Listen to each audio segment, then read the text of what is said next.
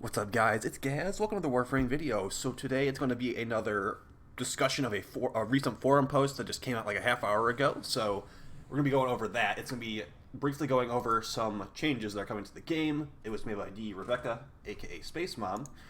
And it's actually going to be discussing the loot frames. So let's quickly go over what I'm talking about right now, because this just came out. So I'm actually going to read it over with you guys, and we'll just understand what's going on here. So 38 minutes by Rebecca.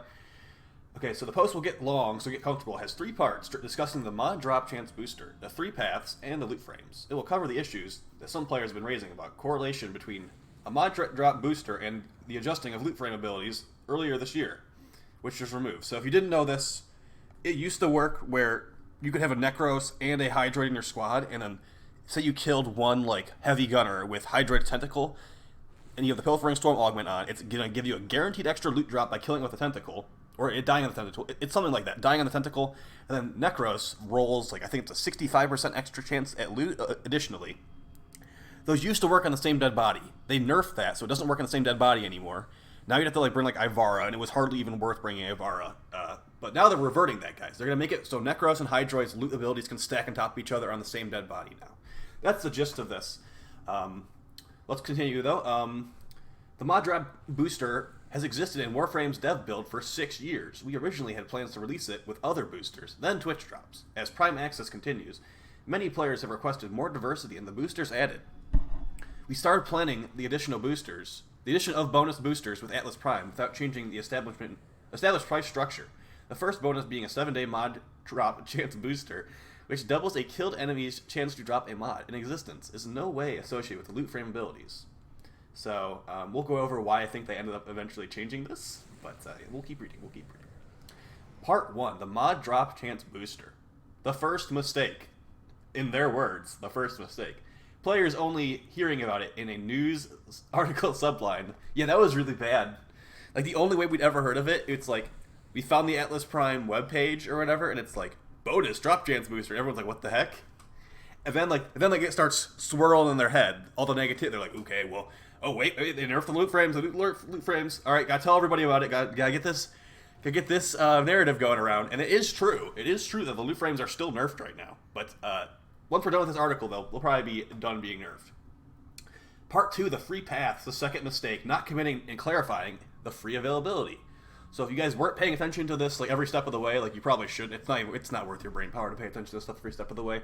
But basically, when people brought up a problem with this, and like there's lots of issues you could have with this, like just pick and choose, honestly. Rebecca like directly responded, and she said, well, we're probably going to add them at borrow or in the sortie drop table. And I'm pretty sure she didn't give like a 100% answer. It was like a kind of, like it might happen. Like it made it sound like you're just going to be able to buy this for a while. And even if that wasn't the case, I'm pretty sure a lot of people took that across as they're not even sure if they want to give us this unless we're buying it for money. So she says that was a mistake, and I would agree with it as well. So having a free pathway is important. A part of any new premium gameplay content, and this booster will have a free path. Okay, so it's going to come from Borrow and the Sortie reward, and it will be a 3-day version from Borrow and the Sortie reward. And he's going to have it apparently for several visits during Atlas Prime Access being in the store. So Borrow's going to have the item pretty regularly, it sounds like. Mob Drop Chance Booster existence matches the design of the Resource Drop Chance Booster, and it's a category expansion. And since the announcement of the Mod Drop Chance Booster, the worst case scenario is in the players' minds has emerged. What is the reasoning? Yeah, what if they are releasing this as a paid fix to the removal of loot frames, double dipping with corpses? This simply isn't the case, but it's the perception that matters. Okay, I agree, and I honestly think the only reason they are reverting this, guys, is because Tactical Potato made a video on it yesterday. I haven't seen any other Warframe creators making like a long video or a video about this period. So and he's like the biggest 347. Jeez.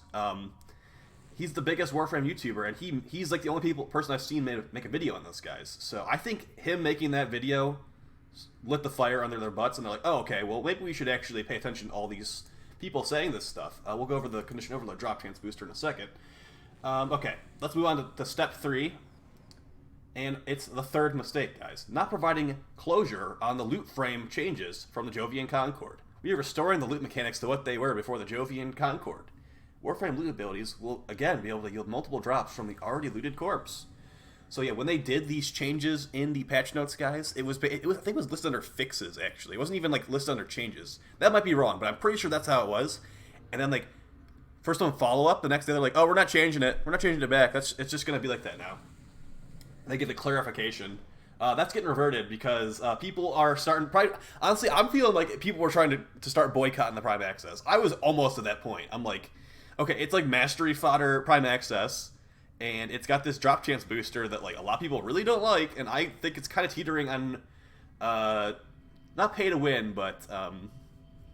something that we don't need. Let me just put it like that.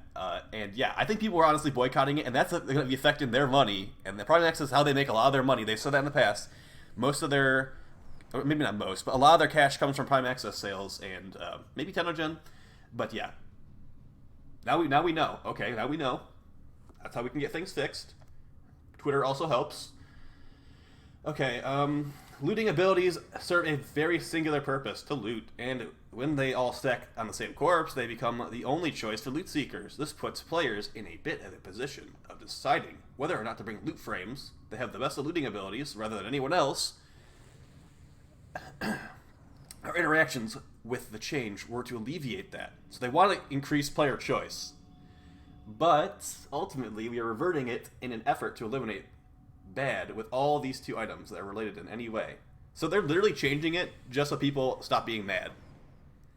It says it right there. We are reverting in an effort to eliminate bad. Okay. Well, at least they're telling us that they're listening to feedback from some people. Good feedback this time. We'd rather make a decision that possibly lessens choice, but respects precedent, than have players think the choice was related to the new booster. And actions speak louder than words. We are aiming to get this on all platforms by tomorrow. Wow, that's pretty fast. Getting those loot nerfs. They just got backspace all that code where they said they nerfed it. Okay, that seems pretty easy, actually. The conclusion, TLDR at the bottom. The mod booster will be offered for the Atlas Prime Access period due to how synchronized platform store releases are handled. So it sounds like they actually want to take the booster out of the Prime Access, but they can't do it. From that sentence right here, that's what it sounds like to me. During this time, you'll be able to acquire it through select Borrow Katir visits or sortie rewards. The Atlas Access booster lasts 7 days and can only be bought once. With Borrow and sorties, a free player should be able to get equal access to that offering during the duration of Prime Access. Atlas Prime Access. The future of the mod booster will be decided as Atlas Prime Access comes to an end. Okay, I'm definitely not buying Atlas Prime Access, like, at all. I think it looks not great. I think the funny thing is that Death Cube Prime is the best looking part of the Prime Access, and, like, until Death Cube got buffed, like, a couple days ago, like a week ago maybe, it was, like, one of the worst things in the game, so. Yeah, that's basically it, guys. So they're trying to say, like, they weren't adding this drop chance booster because of the loot nerf or whatever it ended up being. But yeah, the thing is, this booster is really not going to help a lot. I was actually looking on the official Warframe drop tables, and, like, one of the best mods to drop and sell is Condition Overload. Dude, look at this drop chance. So I'm wondering what's going to change. Is it going to change the mod drop chance percentage for the enemy to drop a mod period? Because if you didn't know this, the enemy has a mod drop chance percentage. So a Drekar Butcher, the enemy that drops Condition Overload, it's got a 3% chance to drop a mod period.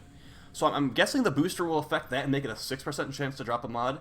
But once it drops a mod, it's a 0.67% chance to get Condition Overload, guys. So it's not going to make getting Condition Overload easy. It's going to make it a lot easier because, I mean, it's 3% versus 6% if it works that way. You can't really farm the Leaping Thrasher because that's like one of those new infested enemies. They don't really appear very often. So I'd say that Drekar Butcher is still going to be your best bet for farming this. But yeah, guys, it really seems like they just ended up making this change because Tactical Potato made a video on it. I kind of, like, stopped reading the forums as much anymore because, like, it just seems like it's getting ignored. I've seen a lot of posts on Reddit, but I really don't think they care about Reddit as much either. So honestly, like, if we want to get things changed, it might just be, like, the right call to, like, talk to the big creators and be like, yo, you're a voice of the community. This stuff's really messed up and you gotta help me here. and maybe they'll be nice enough. I know Tactical Potato's a really nice guy, so he might be able to help. But yeah, I'd just say stay strong, guys. They're still going to nerf the Rivens on the first, but they're going to revert the loot frame nerf, so, you know, a little bit of a give and a take. I don't know. I mean, I don't really need materials personally. It's just going to be nice for people who are, like, trying to farm for, like plastids maybe, or polymer bundles, or maybe even mutagen samples if you haven't finished the heal on your clan yet. And like 50k for like the max size clan for that one. It's gonna be helpful. It's definitely gonna be a lot more convenient. You're gonna be able to be lazier, so you can actually. Here's the problem. Like, I was actually thinking about this. I'm like, dude, if they're unnerfing loot frames, is Kuva disruption actually be rewarding now? No, it's not, because the I'm pretty sure you can't desecrate the Demolus or Pilfering Swarm them for that matter. So the drops that they have of the Kuva, it's still going to be super low, guys. I can't believe they've just completely ignored Kuva Disruption. Let's get Tactical Potato making a video on Kuva Disruption pretty soon about how it's not very rewarding versus Kuva Survival. And maybe we can get that fixed too, okay? I will talk to you guys tomorrow. I'll be streaming tomorrow for Shadowkeep. So if you guys want to check out the stream, I definitely would appreciate it. It's going to be the new content for Destiny 2, which is going free to play tomorrow as well. So it's going to be a fun time. Definitely recommend checking it out. If you're on PC, you can preload the free to play version right now and play it tomorrow right when it comes out. And oh my gosh, those servers are going to be so ripped. There's going to be so many people playing. I can't wait. I'll talk to you guys soon. Please like, share, subscribe. And if you have anything you'd like to discuss about these changes, feel free in the comments down below. I do read them, and I respond to some of them. So I will talk to you guys soon. Peace.